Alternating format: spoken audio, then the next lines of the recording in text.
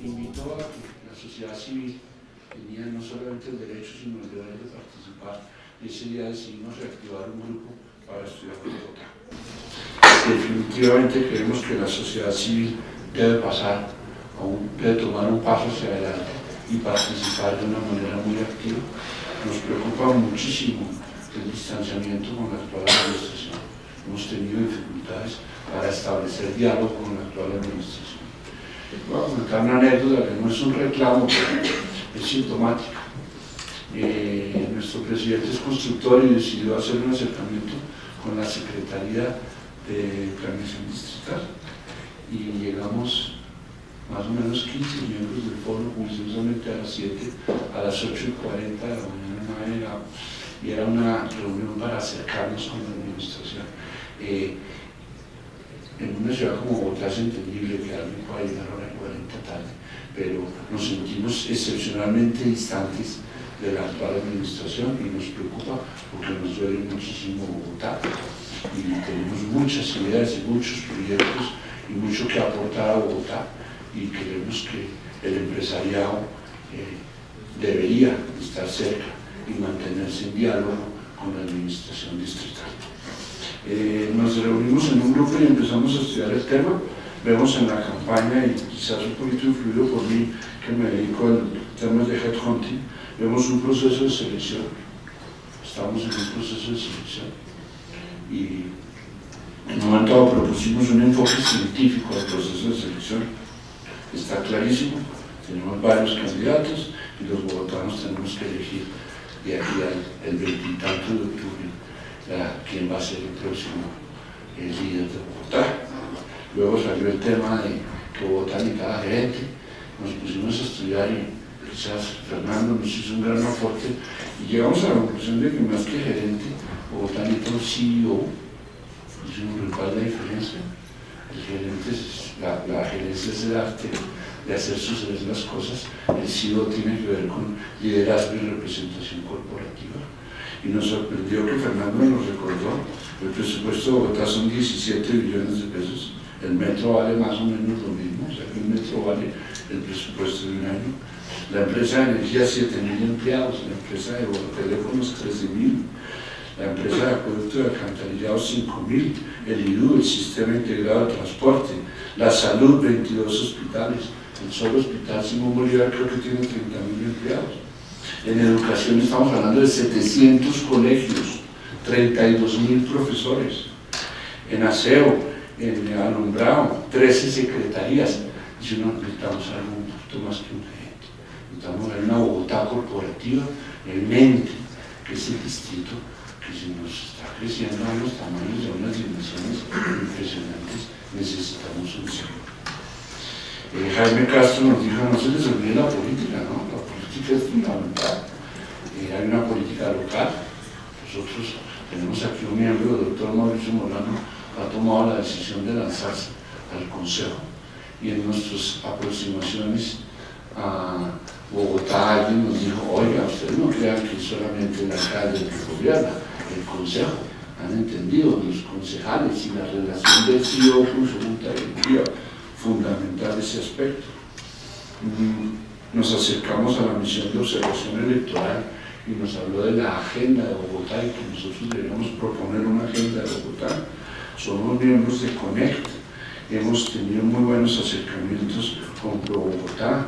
Aquí estuvo José Gabriel Cano, presentándonos los nuevos diseños del metro. Nos preocupa el espacio público del foro nació Corpo Séptima.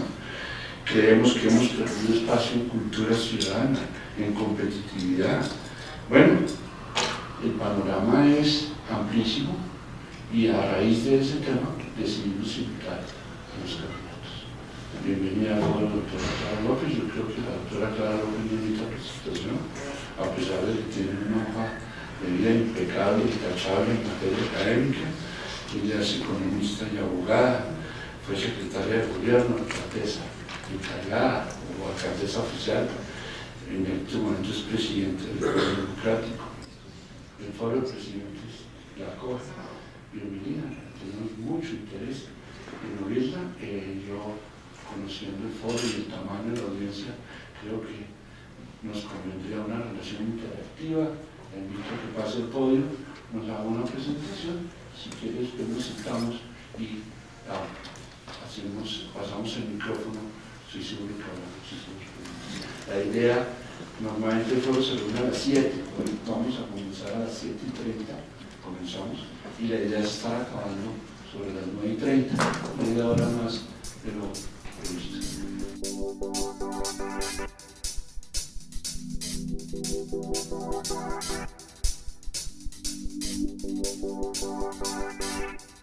Lo primero es darles las gracias al foro, a su vicepresidente y a todos los que hoy han venido a interactuar, espero, porque no creo que sea solo a escuchar a alguien que está en la carrera por gobernar esta ciudad. La traducción mía de CEO es gobernante, gerente muy importante, pero un gobernante tiene que ser no solo un buen gerente, sino ejercer un liderazgo en la ciudad, un liderazgo ético, pero también un liderazgo de carácter político, en el mejor sentido de la palabra, porque político no es politiquería, político es poder elevar al conglomerado a niveles más altos de aspiración y logro. Y pienso que eso es precisamente lo que tuve la oportunidad de hacer cuando fui alcaldesa de Bogotá, hoy hace 4 años. Estaba tal vez sentada en el despacho con con el doctor de la Pava, con Roberto, mirando qué era lo que íbamos a hacer en una ciudad que estaba postrada, una ciudadanía en una total desconfianza injustificada con sus gobernantes y desde luego una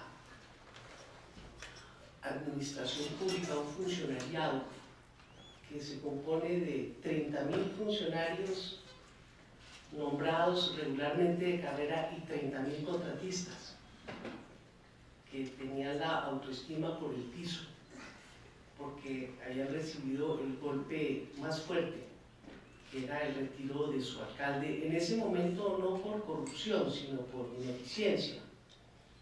Y la realidad es que fue una tarea verdaderamente dura, fuerte, y quiero plantearles que en ese momento lo que propusimos fue un nuevo trato con la ciudadanía, un nuevo trato que consistiera en decir la verdad, en plantear un trabajo conjunto, porque por mucho gobernante, por mucho líder, por mucho CEO que se tenga, uno no puede delegar la administración y el liderazgo y la conducción de la ciudad a una sola persona o siquiera a un solo gobierno. Esto es una función de todos, por eso celebro tanto que podamos en este momento reiniciar este diálogo, porque con mucho esfuerzo, con un gran equipo de colaboradoras, de colaboradores, nosotros entramos con el 12% de opinión favorable. Yo no sé si sería algo semejante hoy si hacemos una encuesta en este salón, pero salí con el 78%, la cifra más alta de alcalde alguno desde que la Gallup lleva las encuestas sobre alcaldes de Bogotá. Y debo decir que la pregunta de cómo va Bogotá, si va bien o va mal, si va por buen camino o va por mal camino, venía en Barrena. Y si ustedes miran la curva de la encuesta Gallup, durante esos 6 meses se dio la vuelta. Y se dio la vuelta Yo pienso porque la gente se sintió bien gobernada. Y desde luego hicimos un plan de cierre, recuperamos confianza, pusimos orden en la casa y dejamos lo que yo siempre dije, la cena servida para la próxima administración. Dejamos el cierre financiero de la FETAR Canoas, dejamos estructurado el sistema integrado de transporte público, dejamos sobre la mesa una agenda social en curso muy robusta. Y la realidad es que yo tengo que decirles hoy que me sorprende que sobre una persona que tiene que mostrar, que la gente conoce, por su talante, por su voluntad y capacidad de diálogo, por su transparencia, que me caigan encima todos los daños ajenos, como si fueran propios. Y yo tengo que decirles que considero que eso es algo de estigmatización, que yo les invito a correr el velo, porque si fuera por el partido al que se pertenece, pues nadie tendría derecho a gobernar este país, porque ni el Polo Democrático es el monopolio de la corrupción en el país, ni ningún otro partido es el monopolio de la buena gestión y de la eficiencia. Aquí lo que tenemos son gobernantes buenos, malos y mediocres. Y yo los invito a que en ese plano de llano, de no comparaciones o adjudicación de problemas ajenos, podamos evaluar un poco lo que nosotros tenemos planteado para la ciudad. Ayer yo le decía a Darío Arizmendi, porque me sorprendió cuando me hizo la entrevista en Caracol, y me dijo, es que vamos con 3 gobiernos del Polo desastrosos. El gobierno de Petro, el gobierno de Samuel, el gobierno de Lucho. Entonces, fíjense cómo son las cosas, me tocó corregirle. El doctor Gustavo Petro no es miembro del Polo Democrático Alternativo. Él sí, es una persona de la izquierda, pero algo va de pertenecer a un partido a ser elegido por un grupo significativo de ciudadanos. Nosotros tenemos un cuerpo doctrinario y desde luego tenemos un control interno del partido. Y me toca también recordar que cuando el señor procurador le hizo los señalamientos a Samuel Moreno, quien salió a pedirle públicamente la renuncia es quien ahorita les habla. Pero eso nunca lo plantearon en los medios de comunicación, ni les interesa, porque es señalar si por fuera solo asociación. Es que no hicieron nada, porque como no pueden decir que nos robamos nosotros a Bogotá, entonces fue que no hicimos nada frente a quienes sí lo hicieron. Que fuera de Samuel Moreno y su hermano, todos los implicados pertenecen a los partidos tradicionales. Casi que uno diría que corrompieron a estos administradores que no tenían la moral bien puesta. Todos, absolutamente todos los que están hoy en la cárcel son concejales y funcionarios pertenecientes a partidos distintos del Polo Democrático Alternativo, pero desde luego eso no disminuye la responsabilidad del alcalde, que es el primer llamado a mantener el orden, a mantener la disciplina, y no solamente a no robar, sino a no dejar robar, que eso es algo sobre lo cual en nuestra sociedad se ha decaído muchísimo. Yo fui a un colegio en Estados Unidos donde el código de honor era muy sencillo y muy simple, y es un código de honor que nos quedaría muy bien a todos, y que lo practicamos en la administración distrital durante esos 6 meses tan duros que nos correspondió dirigir y liderar. Es que es tan responsable de una infracción al reglamento, a la ley, a las buenas costumbres, quien comete la infracción como quien, sabiendo que el otro la cometió, no hace nada al respecto. Nosotros en el colegio éramos tan responsables por la indisciplina de una compañera como por guardar silencio sobre su indisciplina.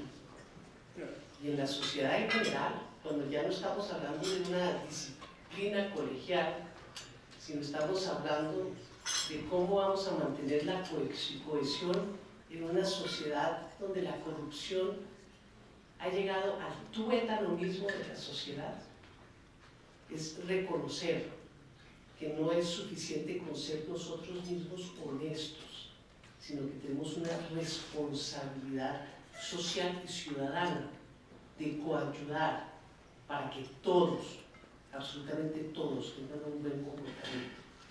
Lo dije antes de ayer en un foro en la ANDI, para la corrupción, desafortunadamente es así, se necesitan dos. Como en el caso de Gilis Medina, no es una sola de las partes la que comete la infracción. Y aquí todos tenemos una enorme responsabilidad para reconducir los negocios públicos, los negocios privados y las relaciones interpersonales por nuevos conductos de transparencia, de buenas costumbres y desde luego de recuperación de esa enfermedad tan terrible que está llegando a destrozar nuestra sociedad. Yo no sé, viendo anoche el noticiero uno queda abrumado. Una chiquita es capaz de echarle ácido en la cara a una compañera haciéndose pasar por habitante de calle. Es algo que uno dice, ¿qué está pasando? Entonces sí, tenemos sobre las manos una enorme responsabilidad. Yo diría que compartida. Por eso quiero iniciar planteando que en el gobierno de la ciudad, cuando fui secretaria de gobierno, cuando fui alcaldesa, yo nunca pretendía hacer las cosas solas, ni siquiera con el equipo de gobierno. Yo siempre planteé la absoluta necesidad de generar un diálogo permanente con todos los sectores de interés que tenían que ver con las funciones que ejercía desde mi cargo. Y yo quiero que ustedes de pronto hablaran con los constructores de la ciudad. ¿Quién fue que montó el sistema de alertas tempranas? No solamente en el territorio, sino en los juzgados, para evitar y prevenir los robos de tierra que se están llevando a cabo, no solo por invasiones de tierreros dentro de unas estructuras criminales muy potentes, sino desde los mismos juzgados, donde se están llevando a cabo robos de terrenos por mecanismos torcidos en las distintas dependencias y los distintos juzgados. Así pude rescatarle importantes derechos de propiedad privada a importantísimas empresas de la capital de la República, no permitiendo que se utilizara a la administración distrital como una herramienta para la corrupción de esas maquinarias delictuales. Porque ustedes saben que el inspector de policía juega un papel fundamental en hacer o en dejar hacer. Y yo creo que si ustedes hablan con Amarillo, con Pedro Gómez, con Almacenes Éxito, van a recibir muy buenas referencias sobre cuáles administraciones han defendido la propiedad privada en esta ciudad. Y espero que encuentren mi nombre en el primer lugar. Porque a veces piensa la gente que la izquierda es enemiga de la empresa privada. Y yo quiero decirles que desde la concepción de la nueva izquierda, esa izquierda dúctil, esa izquierda que lo que tiene es un corazón en función de generar en la sociedad unos estándares básicos de convivencia fundamentados en la garantía de los derechos de todos y de todas. El principal socio en esa empresa pues es la empresa privada. ¿Quién más financia al sector público si no es la empresa privada a través de sus impuestos? ¿Y quién más hace servicio social permanente en un tema estratégico como es el empleo, si no es la empresa privada? Así es que la sociedad, gobierno, empresa, y yo siempre adiciono academia, ese trípode es la alianza estratégica para sacar adelante los emprendimientos sociales que le compete dirigir y liderar al sector público de la mano de los distintos estamentos de la sociedad. Entonces, en ese orden de ideas, yo quiero plantear rápidamente, porque son tantos los temas, pero yo quiero dejar tiempo para que podamos intercambiar con preguntas. Un aspecto, tal vez un aspecto central del programa que estamos planteando. Nosotros pensamos que esta es la oportunidad de retomar la planeación a largo plazo.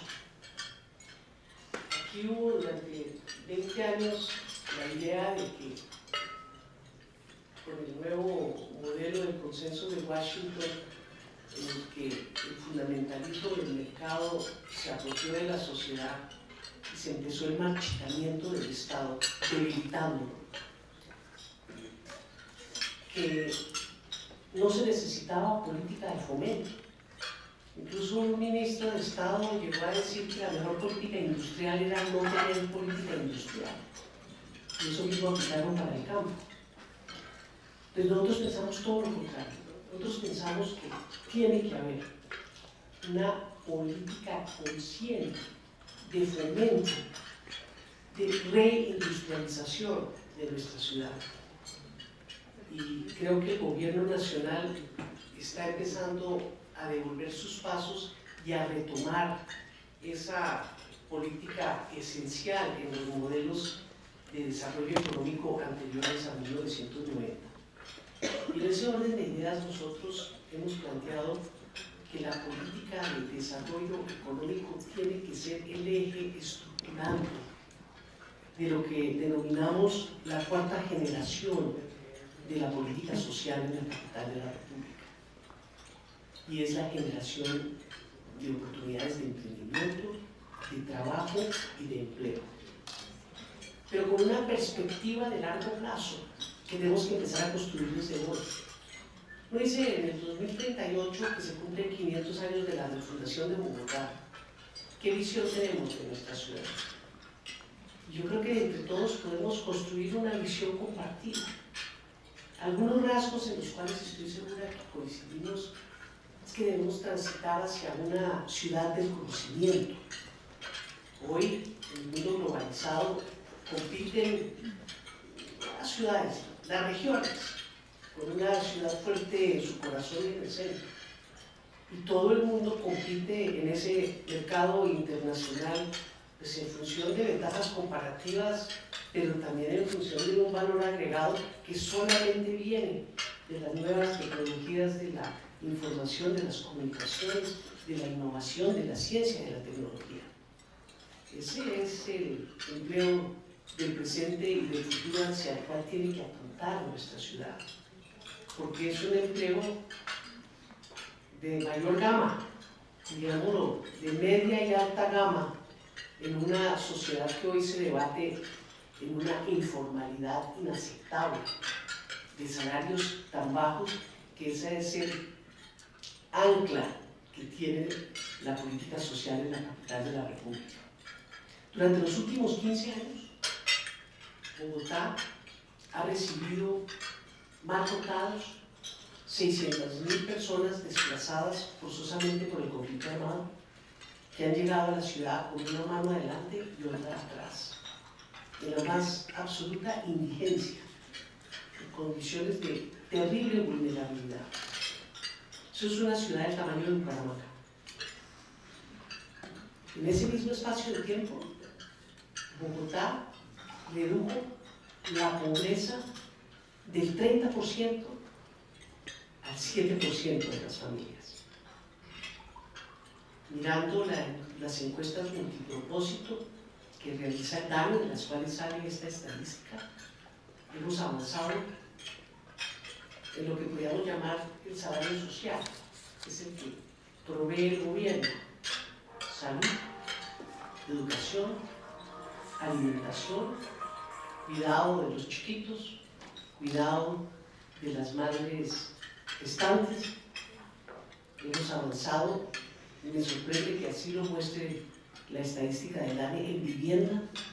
Me parece que no tanto en vivienda propia como en mayores espacios, porque se ve que lo que baja es el nivel de hacinamiento y no que se eleve el número de viviendas de propiedad individual. Mucha gente vive en arriendo, pero el lunar es la dimensión del trabajo. Y no porque Bogotá esté mal de empleo, Bogotá tiene de las menores tasas de desempleo en el país, sino por la calidad del empleo. Muy bajos salarios y demasiada informalidad. 48, por decir la mitad de la fuerza laboral. Entonces, en ese contexto, reducir en más de 1 millón de personas el número de personas pobres, cuando llegaron 600.000 en absoluta indigencia, es un logro social que subyace la posibilidad de hoy de que la ciudad dé un gran salto. Entonces, a las evaluaciones catastróficas de las administraciones de la izquierda, yo siempre digo, comparemos los modelos y qué tenemos que hacer de consumo, porque tan importante es la infraestructura física como la infraestructura humana. Y yo voy a competir con el señor vicepresidente de la República. El señor vicepresidente nos ha traído las autopistas de 4G, la cuarta generación de mecanismos de contratación, de manejo de riesgos, de financiamiento, en una nueva forma que significa un gran salto para el país en su infraestructura para competir en algo tan importante como el transporte interno de cara a los tratados de libre comercio y al comercio exterior, poco menos orientadas al mercado interno, porque hay un déficit de inversión en lo que tiene que ver con las vías secundarias y primarias, las que saca el campesino el trabajo convertido en producto alimenticio hacia el pueblo y hacia la ciudad. Nosotros vamos a montar una nueva autopista de cuarta generación, y esa nueva autopista de cuarta generación es la vía hacia esa ciudad del conocimiento, para lo cual tenemos que estructurar los mecanismos en la administración para trabajar con el trípode empresa, academia, gobierno, en función de ciencia, tecnología y la aplicación de las nuevas tecnologías de información y comunicación. Para eso tenemos que estructurar, y qué buena cosa lo que ha pasado en la ETB. Yo diría que la ETB y la Empresa de Energía Eléctrica de Bogotá pudieran llamarse los éxitos más grandes en la alianza público-privada que tiene el país para mostrar. No las miran de esa manera, pero son dos empresas evidentemente públicas con participación privada que han logrado sobremontar unos éxitos extraordinarios. Creo que es un buen modelo a seguir. Y en ese orden de ideas, el planteamiento sería organizar un consejo consultivo para el diseño del plan estratégico de ciudad en conjunción con Bogotá, que en buena hora se ha generado como un espacio de apoyo de carácter de interés general y no particular del empresariado, de aporte a la ciudad. Un plan estratégico que empiece con acciones puntuales desde ahora y con metas concretas de generación de condiciones para convertir a Bogotá en una ciudad del conocimiento. Tenemos grandes avances. A veces nosotros no reconocemos lo que ya tenemos. Pero la calle 26 puede ser una especie de Route 1 que yo conocí en Boston, que se creó en muy corto tiempo.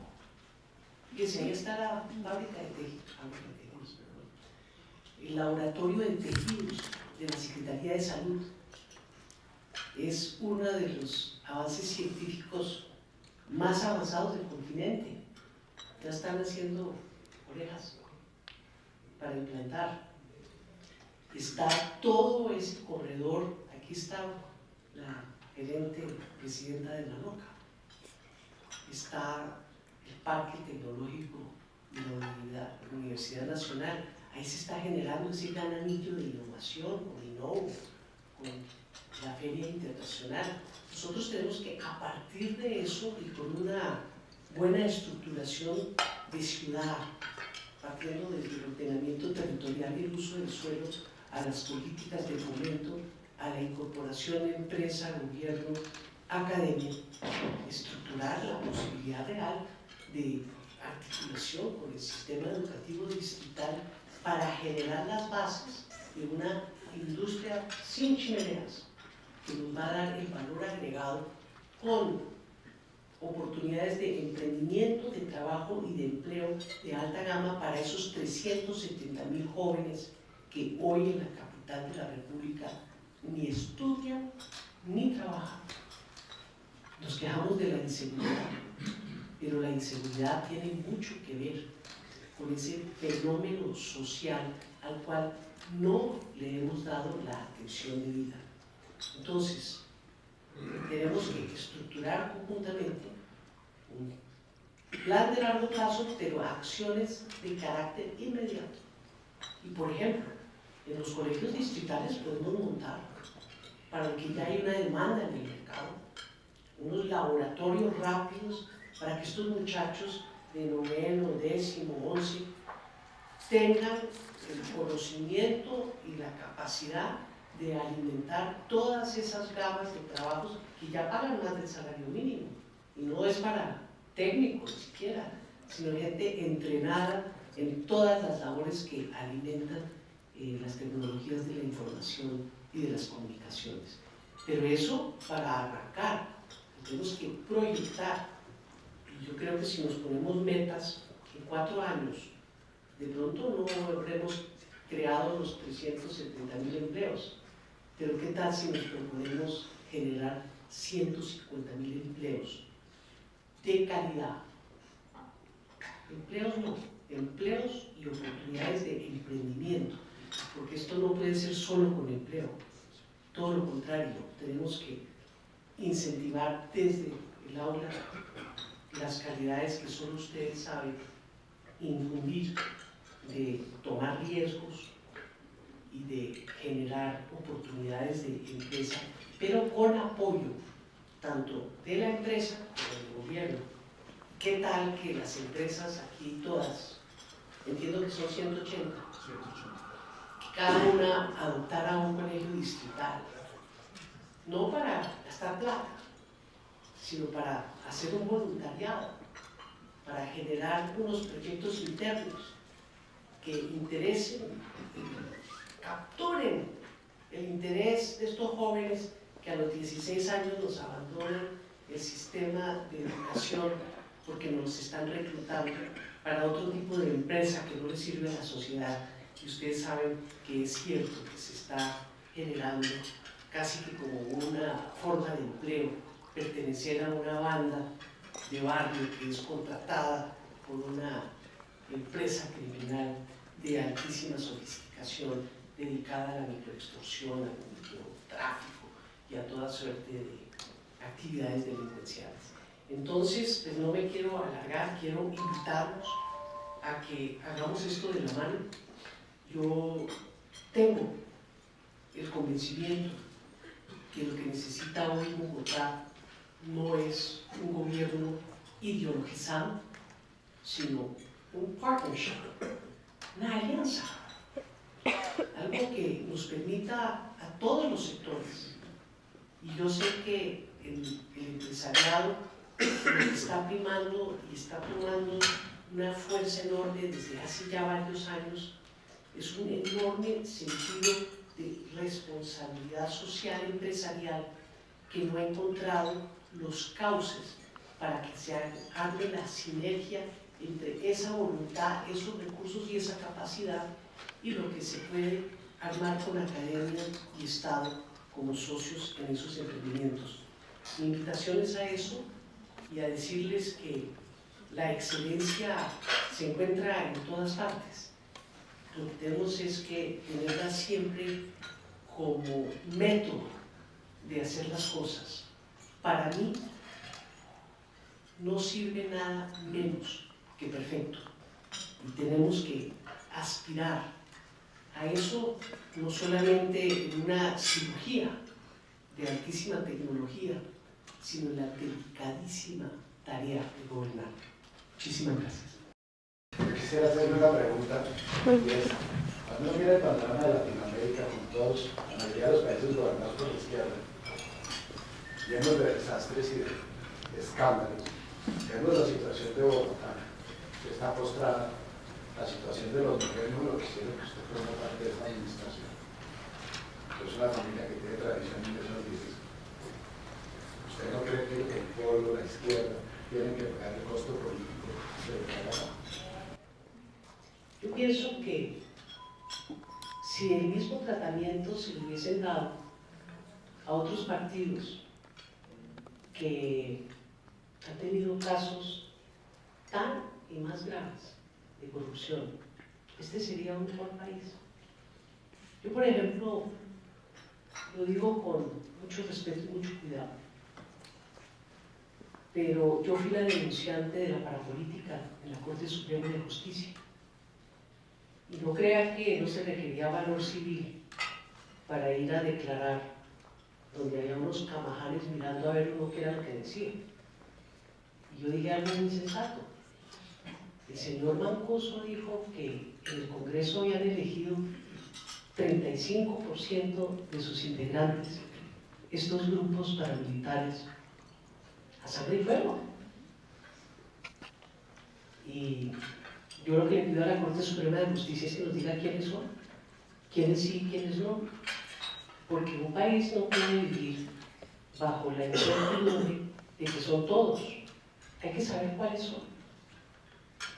Y yo le quiero decir que ya van 70 condenados y otros tantos están en fila. ¿Ustedes saben de qué partidos políticos son?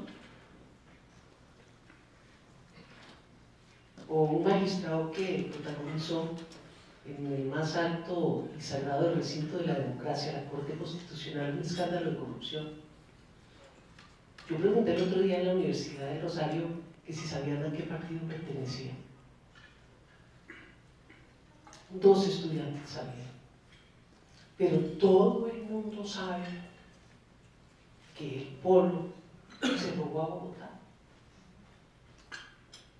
Y me parece que es muy correcto que se haya señalado ese hecho de corrupción tan terrible, ¿sí? En el cual participaron contratistas que hoy todavía no han terminado las obras en otras partes del país. Pero nadie sabe de eso. ¿Quién sabe del acueducto de Tocaima? ¿Quién sabe de los 30 acueductos de poblaciones chiquitas que perdieron toda su plata a manos del mismo contratista de la 26?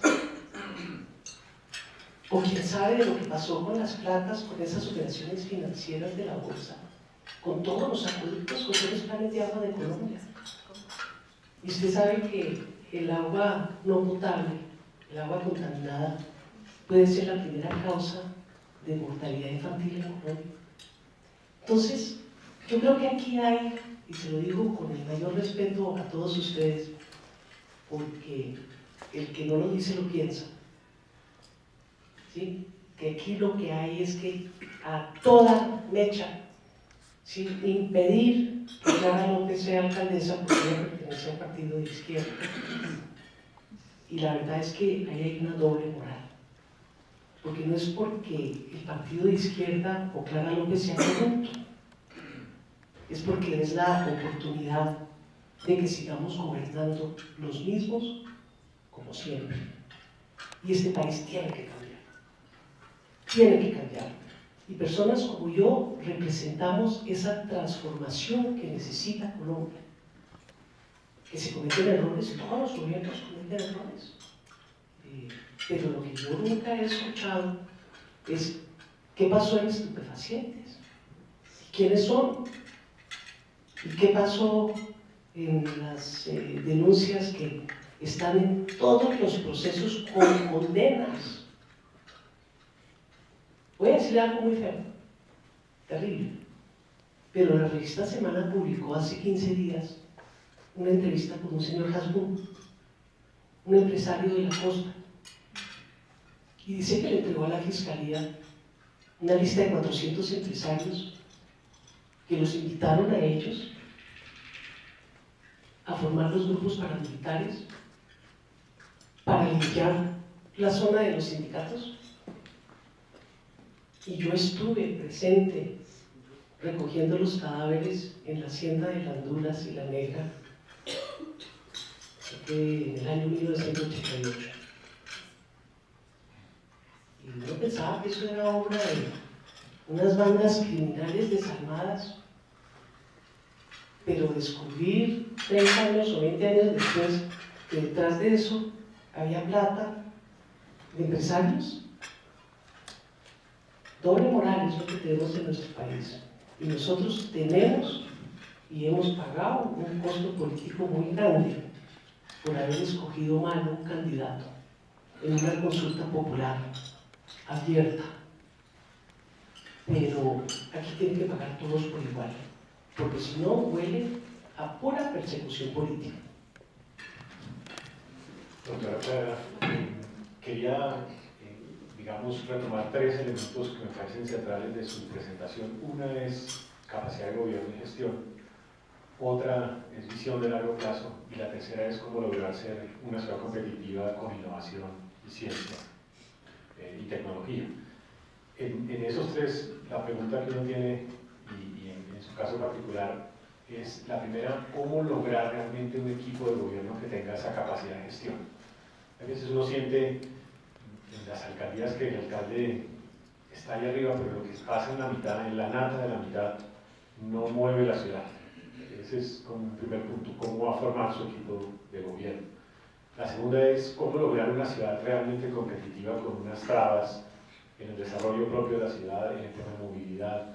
¿Cuáles serán como esas estrategias para ser realmente más competitiva? Y naturalmente destacando que esto seguramente va enmarcado en esa visión de largo plazo que me parece definitiva para la ciudad. La primera, sí, el equipo. El equipo de un alcalde normalmente es el equipo de arriba, y en Colombia no hay un funcionariado operante, por 2 motivos. Porque no funciona bien la carrera administrativa, nadie la toma en serio. Entonces, al momento de calificar a los funcionarios, todos sacan 5, todos hacen su trabajo divinamente. Después viene el secretario y dice: no, pero es que esta gente no sirve. Y pues si usted los calificó. Entonces ahí hay un problema de mejoramiento continuo esencial en la parte del funcionariado que es de carrera, que no es la gran mayoría. Que resulta que como aquí se frenó el crecimiento del Estado y todo ahora se hace por contrato. Entonces hay 2 formas de contratación. Una, que se contratan funciones completas del Estado a particulares, y cuando cambia el contratista pues se acabó la memoria. Y la otra, que como no ha crecido la planta, entonces hay una cantidad de gente nombrada al Estado por contratos de 3 meses, de 6 meses, los que tienen suerte los tienen a 9 meses. Entonces es una estructura administrativa que el país en su conjunto tiene que entrar a reformar, porque no solo en Bogotá, es en todo el país. El único sitio que se salvó fue la Nación, porque en la Nación creció la planta y no el supernumerario. Pero con la ley 610 del año 2003, ahí se congeló la planta. Entonces con el subterfugio de los proyectos de inversión, todo lo demás es a contrato. Bogotá tiene en sus 20 localidades 13 que están dentro de las 20 ciudades más grandes de Colombia. O sea que al interior de Bogotá tenemos 13 localidades que figuran de tercera, de cuarta, de séptima, de 12. Están dentro de las ciudades más grandes de la ciudad, del país. Y tienen unas estructuras administrativas de chiste. La localidad de Kennedy tiene 50 funcionarios de planta y como 100 o 150 de contrato. ¿Y quién maneja una ciudad de 1,5 millones de habitantes con 150 funcionarios? Eso es parte del desgobierno. Entonces tenemos que reestructurar hay que reestructurar administrativamente la ciudad. Nosotros hemos pensado que es fundamental descentralizar, pero con responsabilidad.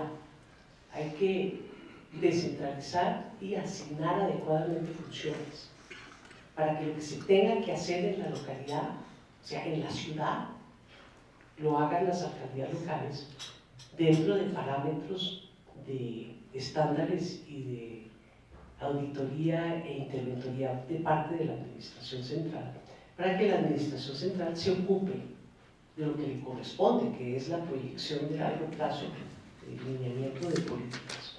Pero eso es un proceso que tiene que iniciar la ciudad, y lo hemos planteado varias veces en el Consejo de Bogotá, un reordenamiento territorial de fondo, que es muy complejo porque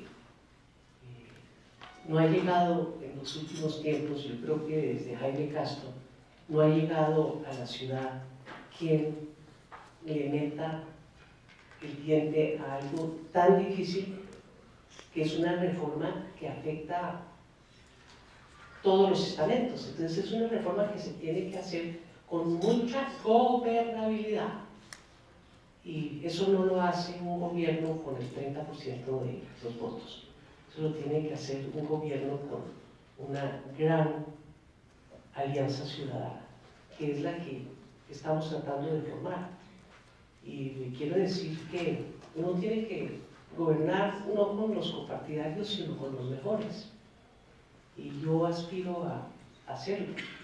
En el equipo nuestro hay unas figuras verdaderamente importantes en el campo de la economía, en el campo de las finanzas, y pues no son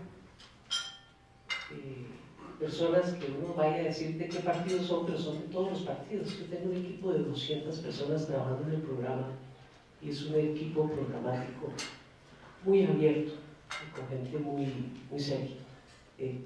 Me atrevería a decir que uno de ellos estaba en el equipo programático y lo asustaron. Entonces me pidió el favor que él continuara, porque por favor no mencionara su nombre, porque está la estigmatización contra la izquierda, que eso implica que a la gente que nos está colaborando en el programa a veces hasta le retiran los contratos. Me gustaría conocer su posición frente a los colegios en concesión, que fue un logro sumamente importante porque ha logrado movilizar la calidad de la educación básica y media en el distrito, pero está la tendencia a desmontarlos. ¿Cuál sería su posición en este tipo de alianzas? No soy partidaria de convertir el colegio de concesión en la regla y el colegio público en la excepción. Hay que aclarar lo siguiente: los colegios en concesión son colegios públicos. La gente piensa que son colegios privados, ¿no? Es una alianza público-privada en la educación, y ha tenido un impacto muy importante sobre todo el sistema educativo distrital, que ha logrado en los últimos 15 años unos niveles de logro que quiero compartir con ustedes.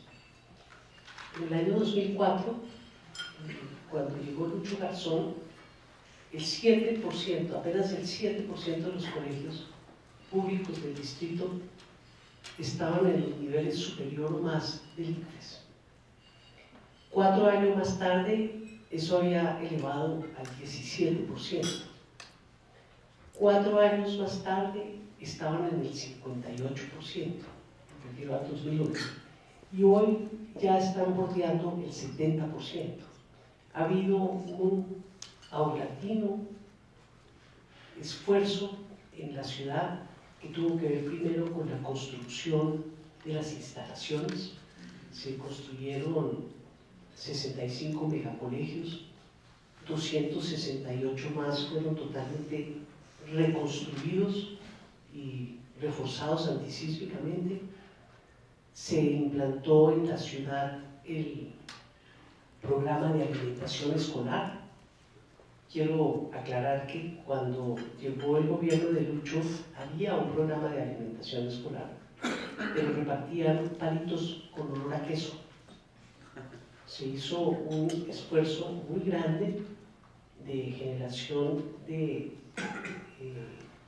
dietas diseñadas para la nutrición y el desempeño de los alumnos, y un estudio de la Universidad de Harvard mostró que habían aumentado una talla los muchachos a nivel de todo el sistema escolar, que son casi 1 millón de niños, niñas y jóvenes. Subir en promedio 1 millón de personas una talla le muestra a usted el impacto de ese programa de alimentación escolar, al que yo personalmente le atribuyo, porque los estudios no existen, buena parte del aumento en la estadística de la calidad. Porque es que muchas veces los exámenes de Estado no miden solamente la calidad de la educación del aula, sino todo el entorno socioeconómico del educando. Y desde luego, un déficit nutricional pega muy duro al momento de comparar exámenes. Y me parece que es bien importante que se conozca que hay una convergencia entre los colegios privados y los colegios públicos en materia de desempeño. En el 2004, el desempeño medido por los mismos exámenes de Estado separaba el promedio de los colegios públicos distritales del promedio de los privados, una brecha de 40 puntos en favor de los privados. Esa brecha hoy está en el 8,7. Entonces hay un proceso de convergencia. Y en eso ha jugado un papel muy grande el entorno de la existencia de colegios como los de concesión, que han elevado el estándar aspiracional de todo el sistema educativo en su conjunto. Entonces nosotros vamos a seguir protegiendo y defendiendo los colegios que están existentes.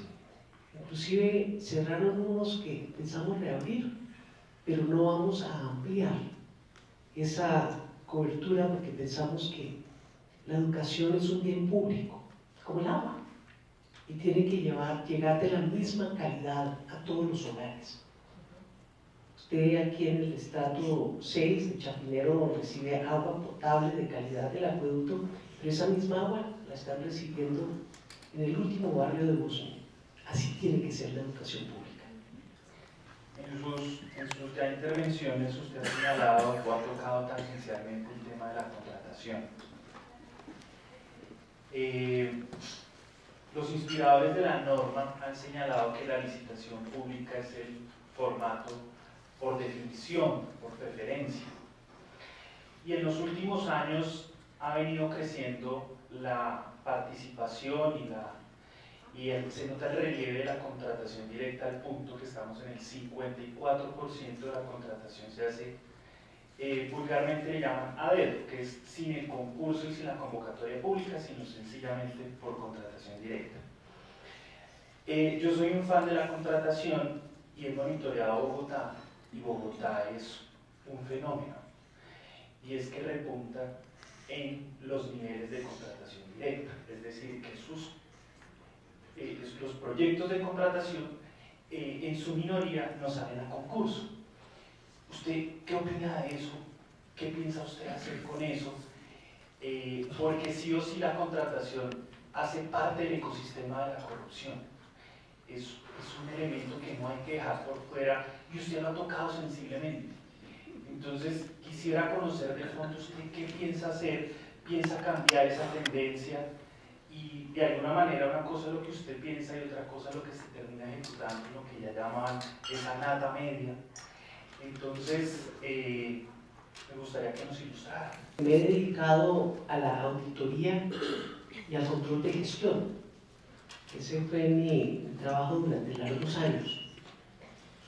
Y yo tengo también un análisis muy crítico de la contratación pública. Tanto que en un momento dado de desesperación en la alcaldía llegué a decir, oiga, deberíamos era rifar los contratos. El tema de los pliegos en las licitaciones es algo verdaderamente escandaloso. Experiencia. Entonces, es obvio, uno tiene que conseguirse un contratista experimentado, ni más faltaba. Pero entonces, la experiencia la diseñan en los pliegos como un sastre para que le quepa a determinado contratista. ¿Sí? Tantos kilómetros de pavimento, pero durante los últimos 2 años y que tiene que tener no sé qué aspecto. Entonces, la licitación no es la panacea, porque está el tema de la experiencia y están los indicadores financieros. Entonces, aquí de más en más, diciendo que la licitación pública es el máximo, vamos a caer en manos de 3 contratistas. Entonces yo pienso que aquí hay que hacer una reingeniería de la contratación y el gobierno nacional, ¿cómo ha avanzado en eso? Tenemos que ir hacia pliegos uniformes, tenemos que generar un mapa de riesgo de la contratación pública. Yo lo ensayé cuando fui auditora general de la República, pero me llevé la sorpresa que cuando pedí en archivo plano la contratación del Estado para poder hacer el mapa de riesgo en su conjunto, incluyendo la concentración de la contratación, no en una entidad, sino en el sector público en su conjunto. El Contralor General no me la quiso entregar y descubrí que un auditor tiene menos derechos que un ciudadano que por derecho de petición puede pedir la contratación pública de cualquier entidad. Pero hay que hacer un mapa de riesgos del conjunto, no entidad por entidad, del conjunto. Y yo he planteado que en mi administración vamos a tener lo que se pudiera denominar un bloque de búsqueda. Vamos a nombrar una comisión de ciudadanos de más alto nivel, reconocimiento ético público, para que sean los ojos y los dientes del despacho del alcalde en el control interno de la contratación pública. Y la idea es que un cuerpo reconocido ciudadano, la gente tenga la confianza y la posibilidad de hacer la denuncia, ya sea con su nombre o de manera anónima, y que este grupo, con todo el sistema de control interno de la administración a su servicio, tenga los dientes para prevenir y, si no alcanza a prevenir, para sancionar oportunamente a través de los medios idóneos de los órganos de control. No veo otra manera, porque el sistema de contratación se ha venido sofisticando tanto que hoy ni siquiera la licitación es garantía de transparencia. Primer tema es un poco económico, ¿de dónde va a apropiar los recursos? Porque sueños hay muchos, propósitos todos, pero pues todos sabemos que el país está atravesando y empieza a atravesar por una situación económica difícil. Creo que ya empieza a haber un déficit fiscal, está más o menos dentro de los márgenes, pero eso también, este tema de la enfermedad holandesa, dependiendo de un solo producto del petróleo, antes eran otras economías, la empresa, el café, etcétera, dependemos del petróleo y creo que la situación de Ecopetrol pues cada vez va siendo más difícil, va generando más desempleo por lo que sabemos. igual ese impacto va a ser para la ciudad. Entonces, donde tiene que apropiar recursos de 4.5 billones para el metro, donde ya Pablo está hablando de 17 billones de presupuesto de Bogotá, pues o se venden las empresas que tiene la capital, o sencillamente más cargas tributarias que ya los empresarios no somos capaces de soportar, o nos quedamos administrando sin dinero, que finalmente pues nunca los resultados los vamos a ver. Y en ese tema sí me gustaría que usted precisara, entonces, con los recursos que hay, de dónde los va a apropiar, cuáles serían sus prioridades. Porque las obritas que hace Bogotá, mire, llevamos 50 años hablando del metro y todavía no tenemos ninguna línea, y quién sabe, uno ya duda de que eso se pueda hacer, así haya la voluntad del gobierno. Ayer estábamos en un foro con Armando Montenegro precisamente hablando de todos estos temas, que hay proyectos de infraestructura muy interesantes, un doble piso, toda la autopista sur hasta la 68, un doble piso por toda la 30, un doble piso la autopista del norte, o sea, obras de infraestructura que realmente se muestren, pero lo que uno ve en Bogotá es que pavimentan con mucha dificultad una callecita y van todos los periodistas a mostrar las obras que se hacen, pero realmente obras de impacto, doctora Clara, yo las veo minúsculas, pues, para lo que es una ciudad como esta. Si no veo unos proyectos, entonces por eso esas prioridades de su gobierno sería bien importante conocerlas. Y lo tercero es en la cultura ciudadana. Estamos hoy en todo el mundo en un desaliento, y en esta ciudad impresionante. Ya Bogotá no la queremos, y los que hemos hecho algo por Bogotá cada vez vemos más terrible vivir acá. O sea, la he oído en algunas otras oportunidades hablando de la movilidad, no veo que haya mucha claridad que va a hacer con el pico y placa, parece que sí lo quiere o no lo quiere, hay que restringir más esa movilidad, pero es uno de los muchos aspectos donde ya el desaliento por vivir en esta ciudad es terrible, el terror de salir por la noche a cualquier evento es todo, la inseguridad, la corrupción, uno siente que todos los funcionarios de este gobierno son corruptos y que finalmente la corrupción ya se mide por billones de pesos. Entonces, permítame darme ampliado en eso, pero son tres cosas: de dónde los recursos y con qué prioridad se van a gastar. Segundo, qué vamos a hacer con este desaliento y con este desánimo, este pesimismo de esta ciudad que tenemos. Y tercero, pues las obras grandes, realmente cómo se van a implementar, qué es lo que se piensa hacer con esta ciudad. Uno de los efectos más nocivos de las campañas políticas es hacer la campaña no alrededor de propuestas, sino de señalamiento tan absolutamente negativo de un conglomerado con generalizaciones que acaba siendo un boomerang.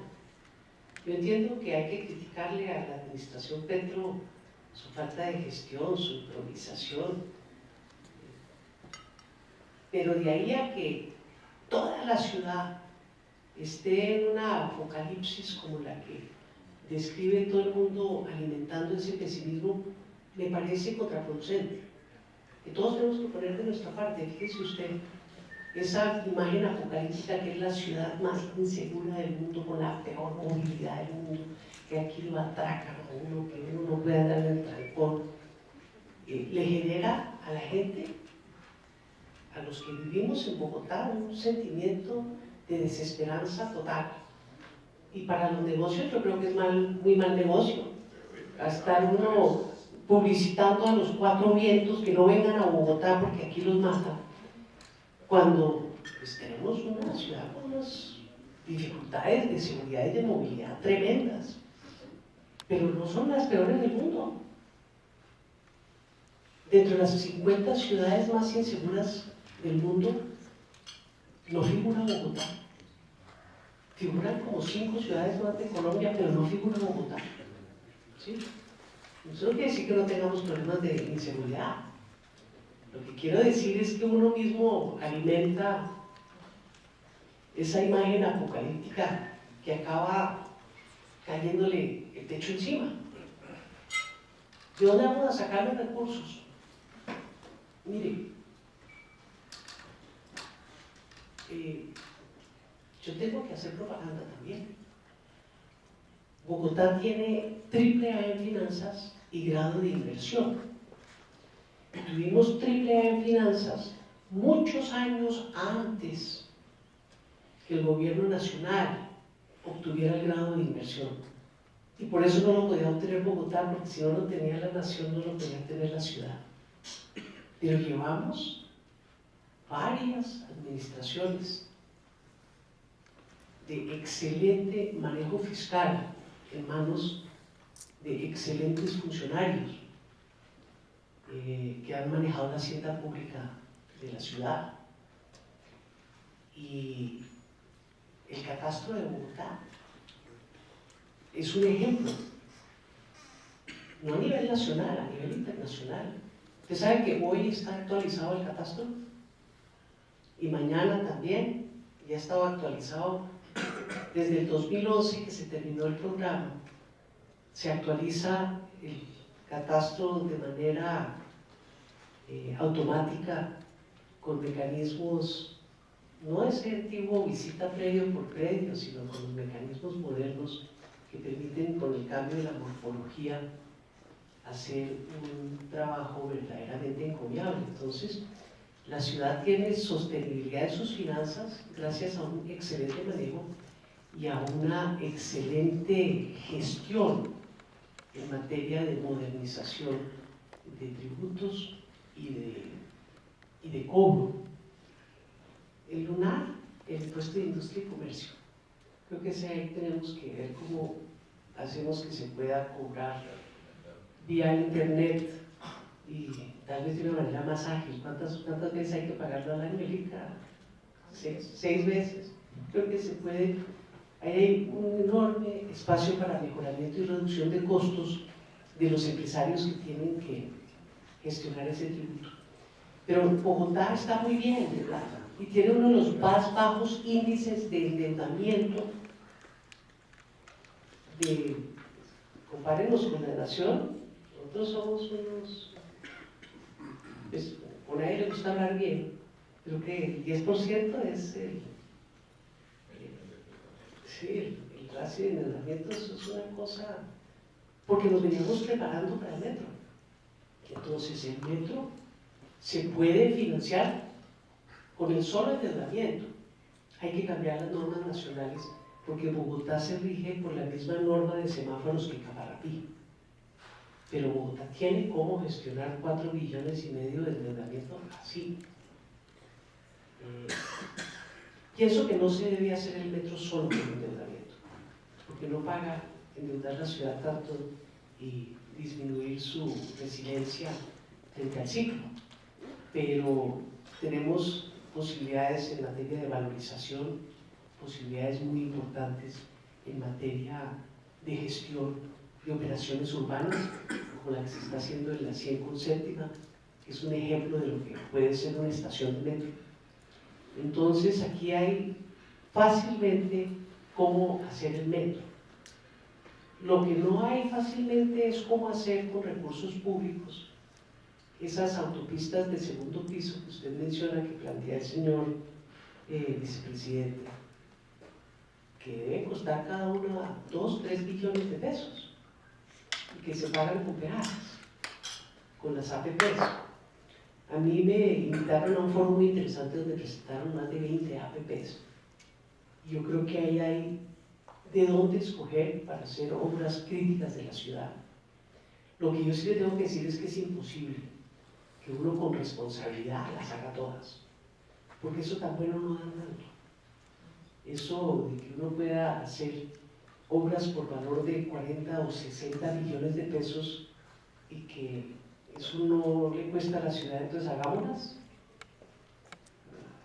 Hay que analizar, porque no sé si la del lado no le quita pasajes o peajes a la otra, y si la ciudadanía resiste semejante cascada de cobros. Máxime que por el otro lado el señor director de planeación plantea APPs para los trenes de cercanías. Trenes de cercanías que no llegan al borde de la ciudad sino al centro de la ciudad. Entonces, ¿cómo va a ser la financiación de los trenes de cercanías? Si es cierto que lo va a pagar Cundinamarca o lo va a pagar Bogotá vía una tarifa técnica más alta para todo el sistema integrado del transporte de la ciudad. Entonces ahí hay temas que se tienen que analizar. Yo no creo que los impuestos de la ciudad se deban subir. Yo creo que están en un nivel alto, pero adecuado. Nadie se le ocurre, pues, no sé, espero que mis colegas no lo planteen, bajar impuestos. No hay cómo. No hay cómo bajar impuestos y mantener el gasto de la ciudad. Pero los billones de la corrupción a mí me gustaría que me los mostraran, porque yo creo que es un decir. Hay mucha ineficiencia que se tiene que corregir. Pero en términos generales, esta ciudad mantiene a 1 millón de niños estudiando gratuitamente en los colegios Derecho Ciudadano. Esta ciudad atiende en atención primaria, en salud, a 3 millones de ciudadanos, mantiene funcionando 22 hospitales, como alguien lo mencionó aquí, de buena calidad, no digo de máxima calidad, pero de buena calidad, con la concentración de las instalaciones de salud de la ciudad. Si no fuera por los hospitales públicos estaríamos graves en 3/4 partes de la ciudad. He hablado con las EPS y con todo el sistema privado de salud y vamos a concertar en el nuevo POT la descentralización de las instalaciones de las prestadoras de salud, porque todo se está concentrando en un solo sitio y eso va en contra del sistema de transporte de la ciudad y en contra de la calidad del servicio. Entonces, esta es una ciudad que con los 17 billones de pesos hace milagros, porque es que son 7.600.000 habitantes. En Bogotá no solamente están las 13 ciudades más grandes, de 13 de las primeras 20, sino que Medellín, Cali, Barranquilla, Bucaramanga, Cartagena, tal vez Pereira y Armenia y Manizales, las 3, caben en Bogotá, en extensión y en población. Es que Bogotá es un país.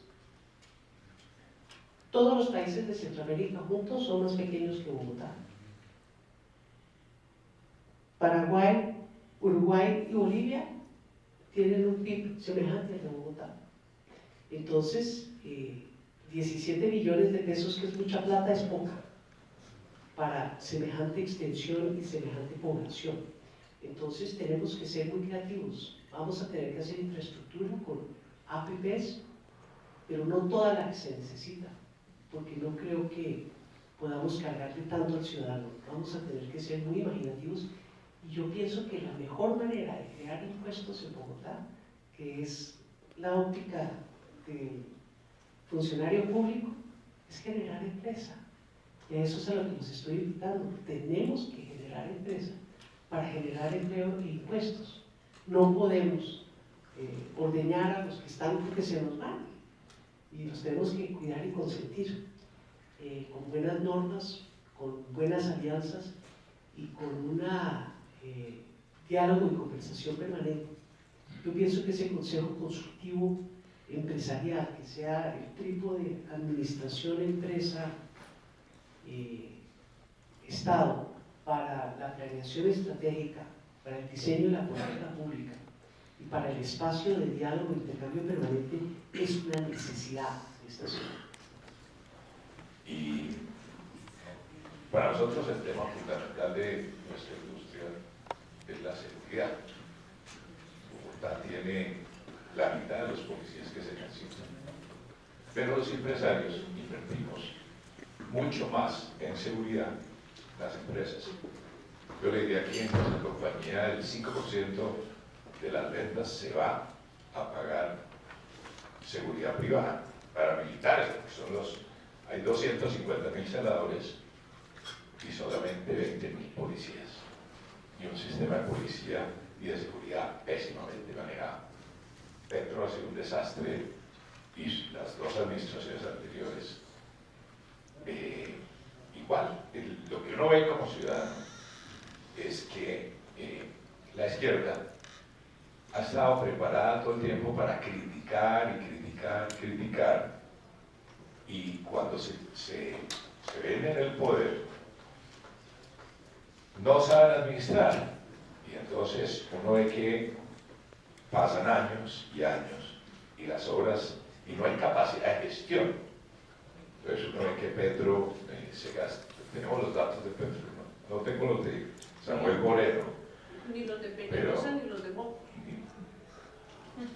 No, los de Peñalosa sí, uno recuerda una ciudad que se transformó con un buen gerente. Entonces lo que nosotros hemos dicho acá es, lo que esta ciudad necesita es un gerente, y ahora llegamos a la conclusión de que no es gerente, porque el gerente lo pone, tiene una junta directiva con un presidente de junta directiva, y él tiene que obedecer a esa junta directiva. Lo que necesitamos es el presidente de la junta directiva que sea gerente, al mismo tiempo que es un CEO.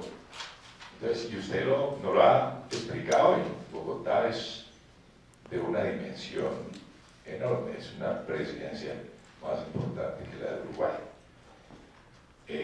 Entonces lo que queremos es que necesitamos un CEO que no haga bestialidades como, por ejemplo, en el IDU. El IDU es la compañía de construcción más grande del país. Ahí este señor puso una comunicadora social a manejar esa empresa. Entonces cuando uno ve del 100% del presupuesto, logra ejecutar el 40%. Hoy la ministra de Educación dice que tiene plata para hacer 250 colegios en Bogotá. Y Petro sale y le dice que yo no sé qué cosas, pero no le para bolas. Entonces uno dice, ¿a qué juegan los administradores de esta ciudad? Entonces, la pregunta concreta es, ¿qué tan preparado es el equipo de gobierno con el cual usted se está armando? ¿Cuál es su programa de gobierno? Me preocupa mucho que usted dice, tenemos que hacer un plan, tenemos que hacer una cantidad de cosas, y va a llegar a la alcaldía a hacer el plan. Y lo que nosotros tendríamos que hacer es elegir el mejor plan para esta ciudad y el mejor equipo de trabajo. Y otra cosa es el consejo, porque usted, sin el consejo de la ciudad, no puede administrar. Lo que nos pasa con Petro,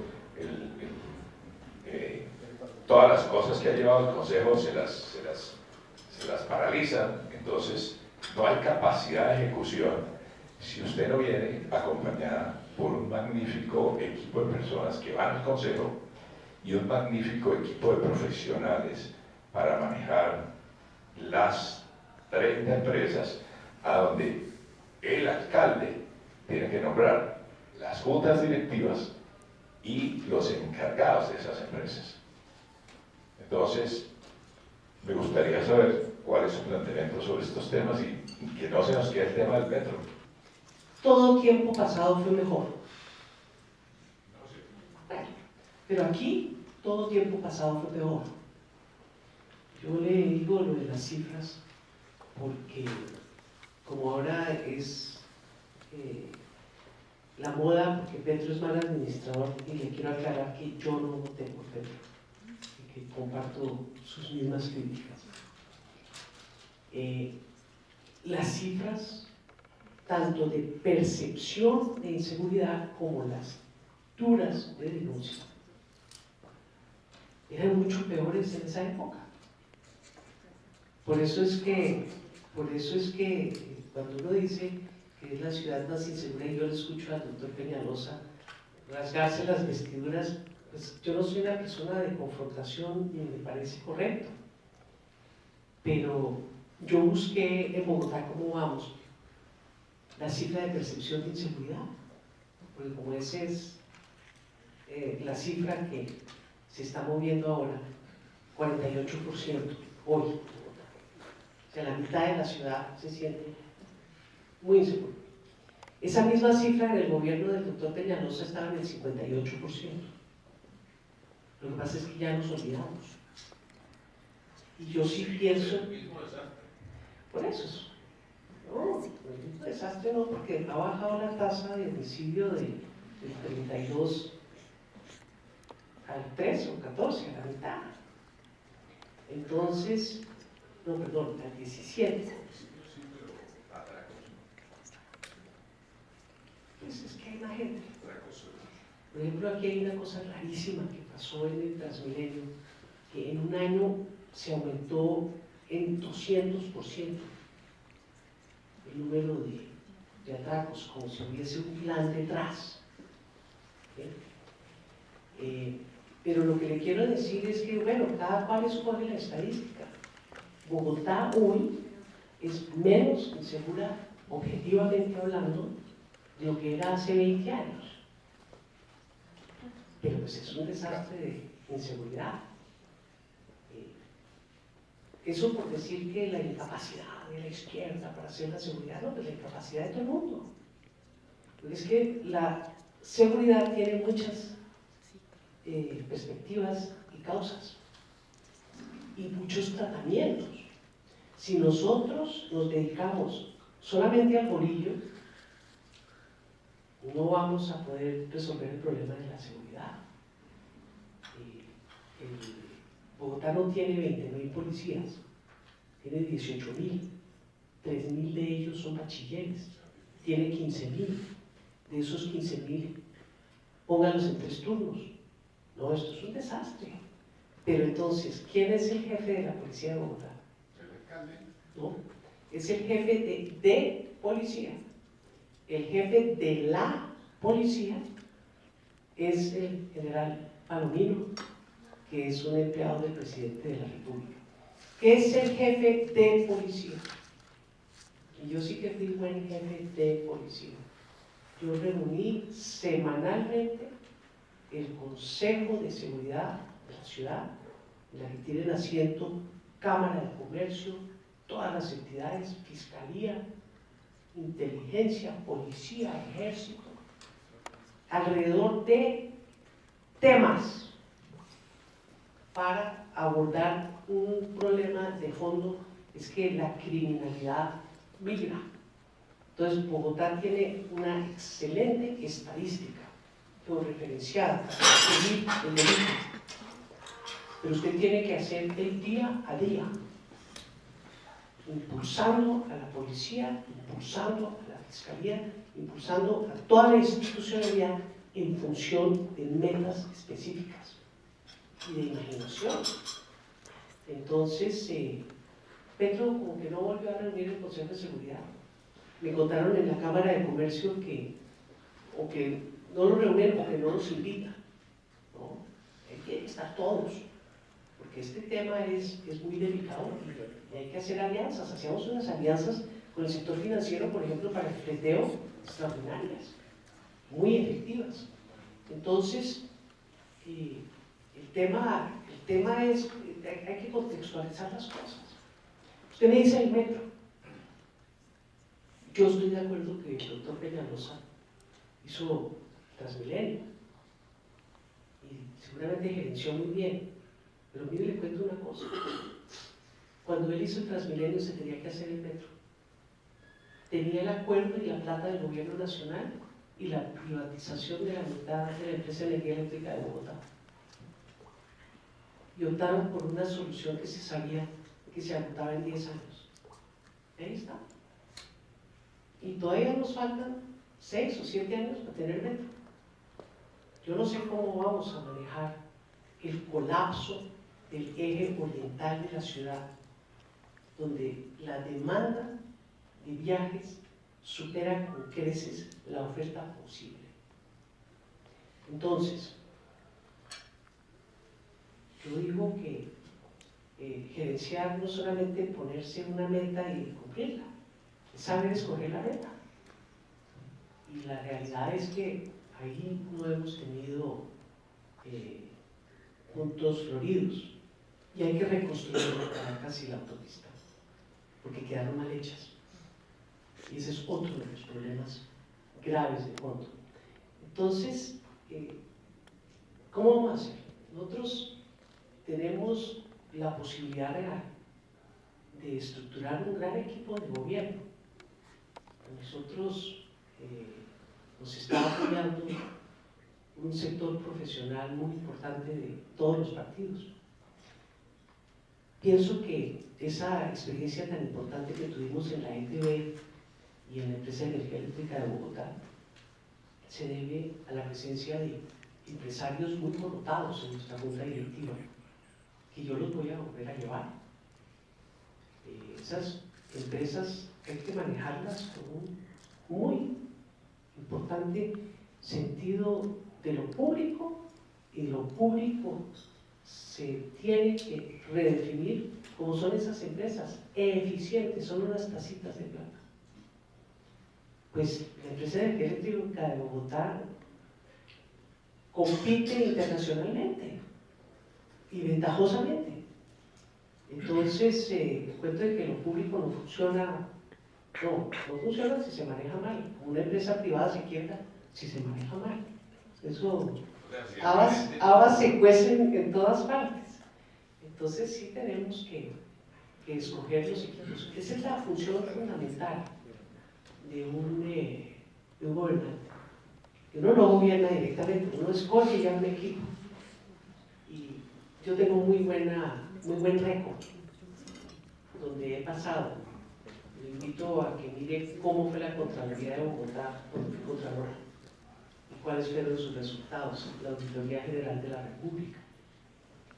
El caso de la alcaldía yo creo que lo pongo con especial mención. No me gusta que me estén grabando esta parte, porque voy a hablar bien de mí, ¿sí?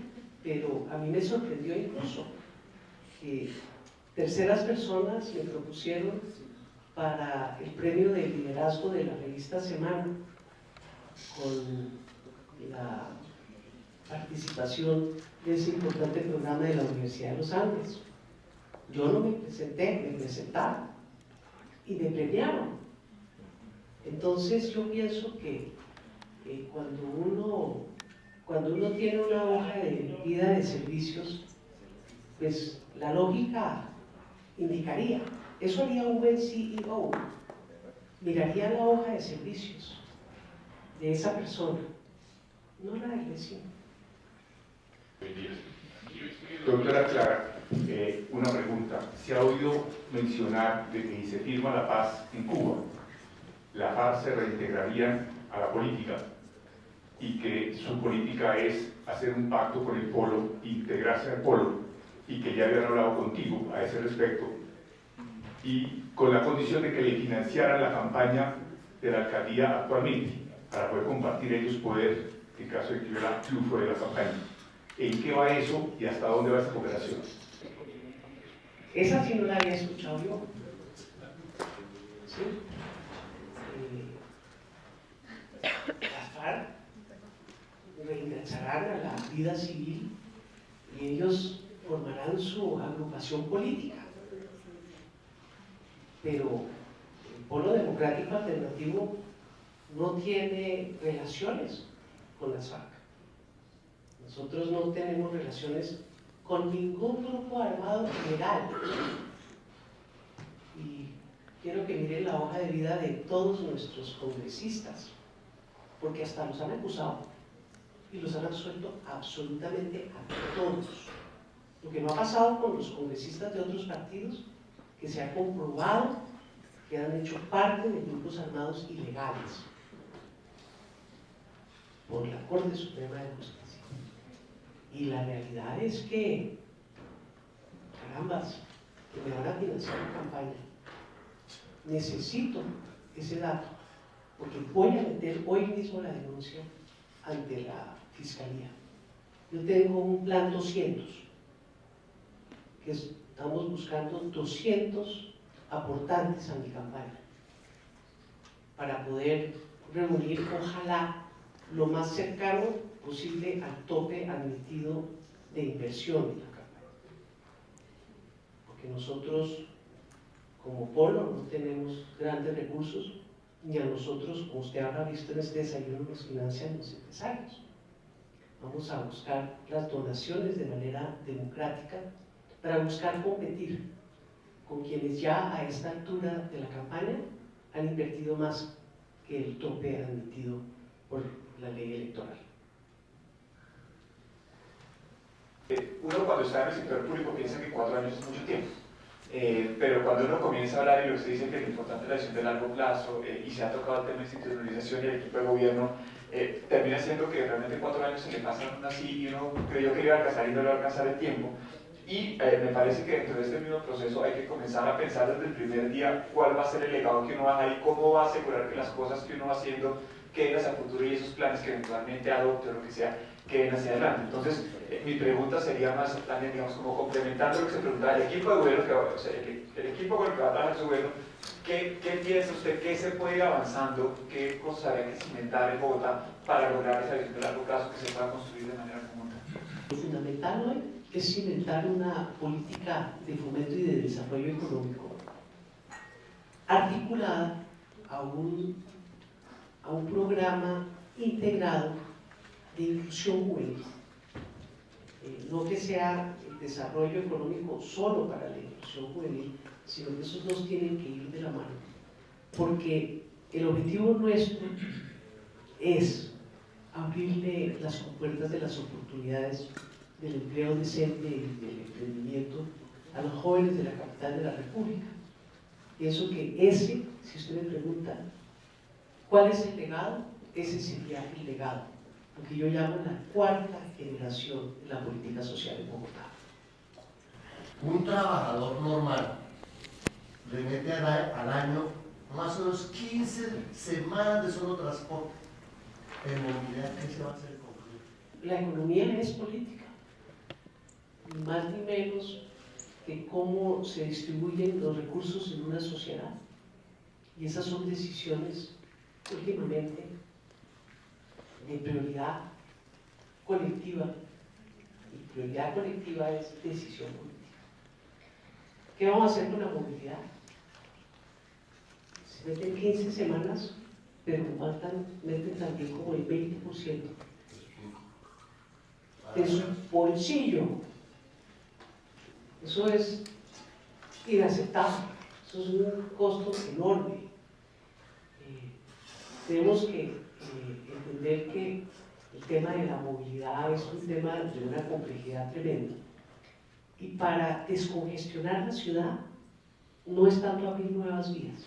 No sé si ustedes se fijaron en lo que pasó en la 100. A los 3 días eso está otra vez trancado. Eso tiene un nombre en los expertos de movilidad larguísimo, porque son 4 los expertos que se apropian del término. Una ley que muestra que cuando las decisiones de movilidad en carros son individuales, la acumulación de esas decisiones cuando se abre una nueva vía lleva a que rápidamente ella también se congestione. Pienso que el principal aporte en eso tiene que ser la tapa de los huecos. Y la tapa de los huecos no funcionó con los grandes contratistas. Mocus propuso, y lo llevaron a cabo en su administración, un gran contrato de mantenimiento vial en Bogotá con la empresa ICA de México. Como alcaldesa a mí me tocó finalmente liquidar ese contrato, que no se incumplió, eso no funcionó. Después dividieron la ciudad en zonas de mantenimiento, tampoco funcionó. Yo pienso que la tapa de los huecos es caso típico de actividad local que se hace mejor con pequeña contratación, con control de la ciudadanía que se tiene que incorporar a través del empleo. Yo, por ejemplo, como auditora y como control de gestión, siempre le pregunto primero a los trabajadores y después al interventor cómo está la cosa. Y eso me sirvió mucho en la 26. 15% de avance de obras, 198% a final de año, porque hubo 2 cosas que no se pudieron terminar porque no se habían hecho las expropiaciones a tiempo. Pero la realidad es que en este tema de la movilidad, la tapada de los huecos y la estrategia de los sitios para desembotellar, nosotros ya tenemos identificadas 100 obritas. Bueno, algunas son más que obritas porque son pequeños puentes, pero 100 obras de carácter local que pueden contribuir enormemente al desembotellamiento de sectores de localidades de la ciudad. Entonces vamos a meterle muy duro a eso. Pero quiero decirle que si usted toma kilómetro promedio de movilidad, Bogotá no está ni bien ni mal, está como dentro del promedio. Voy a tomar el derecho a hacer una pregunta, porque yo vengo atorado, doctora Claudia. Dos temas. Cuando uno, Medellín en los años 80, yo me acuerdo de las 4 estaciones, se vino a Bogotá, porque en Medellín no había ningún restaurante de noche, y hoy vemos a una Medellín próspera, muy bien gobernada. Barranquilla tuvo una crisis profunda y hoy en día está mandando síntomas de ser una de las ciudades más prósperas de Colombia y muy bien gobernada. La misma Cali estuvo en crisis, parece que está encontrando el rumbo. ¿Qué es lo que le falta a Bogotá para que encontrar el rumbo? Y una segunda pregunta. La ciudad más grande de Alemania tiene 3,5 millones de personas y América Latina insiste en unas urbes que se salieron de control. Yo he oído a algunas personas sostener que a Bogotá lo que hay es que reducir el tamaño y fomentar la migración hacia afuera. Estamos rodeados de zonas muy lindas y que tenemos que pensar en irnos de aquí y bajarle el tamaño para poder administrar.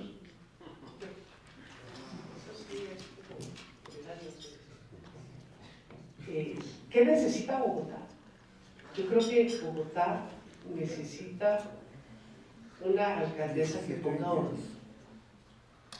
Y por poner orden yo quiero decir el trabajo disciplinado de liderar equipos, pero también de agarrar los problemas como el sartén por el mango. Yo quiero decirle que los problemas no se solucionan solos y que una de las actitudes que a mí me han servido mucho en el manejo de la cosa pública es armar equipos, escuchar y generar la voluntad y la conveniencia y el acuerdo sobre la meta con los equipos que uno está trabajando. Eso de dar órdenes no funciona. Uno tiene que montar a todo el equipo en la solución y desde luego estar dispuesto a hacer lo que hace el más humilde en el equipo. Yo, por ejemplo, he visto que la gente trabaja con mucho empeño, pero mucho más empeño si uno está al lado. Entonces yo nunca mandé a la gente a la inundación en Bosa a que trabajara las 24 horas y me trajera informes.